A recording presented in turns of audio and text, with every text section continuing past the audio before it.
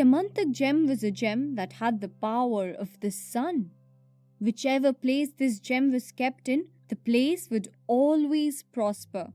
Now, who would not want to possess such a gem? Even Bhagwan Sri Krishna wanted to have it. As a kid, Sri Krishna used to steal butter. That is the reason he also goes by the nickname Makhan Chor. However, this time the allegation was serious. This time the allegation was that Sri Krishna had stolen the most precious gem in the world.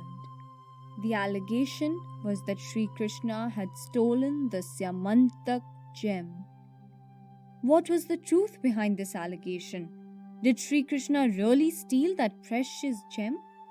If not, then why was he accused of doing so?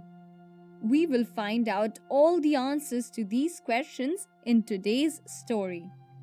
This story is also connected to two of Sri Krishna's wives, Jamvanti and Satyabhama. So, without further ado, let's hear the story of the Samantak gem and find out the answers to all these questions. The leader of Andhak clan of Yadav, Satyajit, was a great devotee of the sun. He had worshipped the sun for many years. One morning, when Satyajit was performing his daily ritual of praying to the sun, the god of light appeared in front of him in person. Satyajit could not even see him because of the brightness caused by his presence. On Satyajit's request, Bhagwan Aditya preserved his aura inside a gemstone so that Satyajit could see him. When the sun god offered Satyajit the boon, he wanted that gem for himself. Bhagwan Bhaskar presented that divine Samantak gem to Satyajit. The gem was filled with the aura of the sun, and when Satyajit entered his town wearing that gem on his neck, everyone thought that the sun god himself had appeared in front of them. Satyajit gifted that gem to his beloved younger brother Prasenjit. For many years this gem remained within the Andhak clan and brought prosperity to them. Whichever place the gem was kept would never face a flood or drought, and all the people living in the vicinity were free from any disease.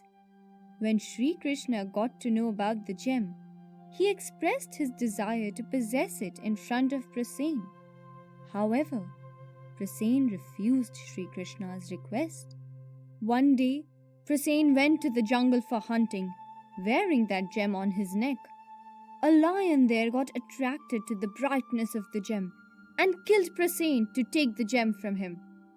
When the great Jamvan noticed the lion running away with the precious gem in his mouth, he fought the lion and killed him. He took the gem and went to his cave. If you are all thinking whether he is the same Jamvan, then you are correct. Yes, he is the same Jamvan who had assisted Bhagwan Ram in his quest for Mata Sita. When Prasen did not return for many days, leaders of Andhak clan started suspecting Sri Krishna behind his disappearance. Since Sri Krishna had asked Prasen for the gem and Prasen refused, everyone thought maybe it is Sri Krishna who had kidnapped or killed Prasen in order to steal the Samantak gem. Satyajit came to Dwarka to confront Sri Krishna. He visited the palace and declared in the open court, "O son of Yashoda, everyone knows you used to steal butter as a kid. Since when have you graduated to stealing gems? Wherever you have kept my beloved brother and my precious Samantak money, you must return it at once." Sri Krishna had not stolen the gem, yet he was being accused of the same. Sri Krishna decided to investigate the matter and clear his name. Sri Krishna, along with his brother Balram and other companions, went to the jungle looking for Prasen. In the jungle, they found the dead bodies of Prasen and his horse. They also found a lion lying dead nearby. However, there was no sign of the Syamantak Mani. Sri Krishna noticed footmarks of a giant bear and followed them to the cave of Jamvan. Sri Krishna decided to enter the cave. He told Balram and others to wait outside for 10 days, and if he does not come out in 10 days, they must close the exit of the cave and go back to Dwarka. Inside the cave, Sri Krishna was confronted by mighty Jamvan. The duel between the two went on for 21 days. Outside the cave, Balram and the others waited for 12 days, and in the end, as instructed by Sri Krishna, closed the exit of the cave and left for Dwarka. Entire Dwarka went into mourning. Inside the cave, after fighting for 21 days, mighty Jamvan started feeling weak. He thought, who else in this world can be more powerful than him? Could he be the incarnation of Bhagwan Ram himself? Realizing this, Jamvan dropped to his knees and said with his folded hands, O Saviour of the world, forgive me since I could not recognize you. I feel truly blessed to have witnessed you in this incarnation after so many years. Sri Krishna picked Jamvan up with both his hands and hugged him with affection in his heart.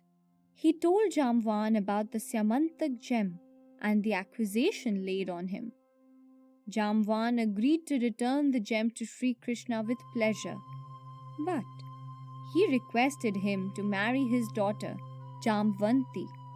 Sri Krishna married Jamvanti and returned to Dwarka with his new wife and the Syamantak gem.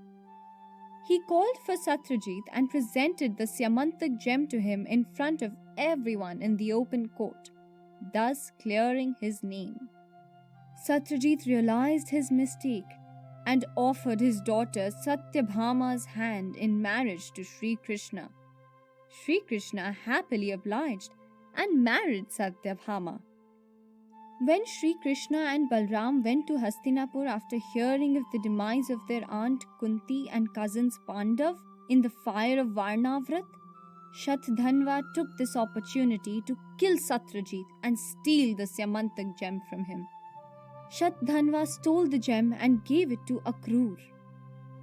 When Satyabhama heard about her father's murder, she went to Varnavrat and demanded Sri Krishna to avenge her father's murder. Sri Krishna, along with Balram, returned to Dwarka at once and confronted Shatdhanva. There was a massive battle between Sri Krishna and Shatdhanva, at the end of which, sensing sure defeat, Shatdhanva ran away from the battlefield and was chased by Sri Krishna. Sri Krishna chased him and killed him near Mithila.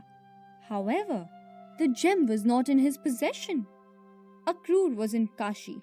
When Akrur returned from Kashi, Sri Krishna asked him about the Syamantak gem, and Akrur presented the gem to him without any protest.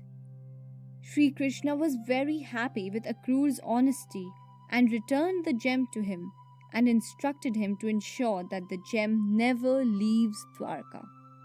This is the same Akrurji who was sent to Gokul by Kans to invite Sri Krishna and Balram to Mathura. Akrurji was aware of Kansa's plan to kill the both of them. He informed Sri Krishna of this plan and nudged him to kill Kans.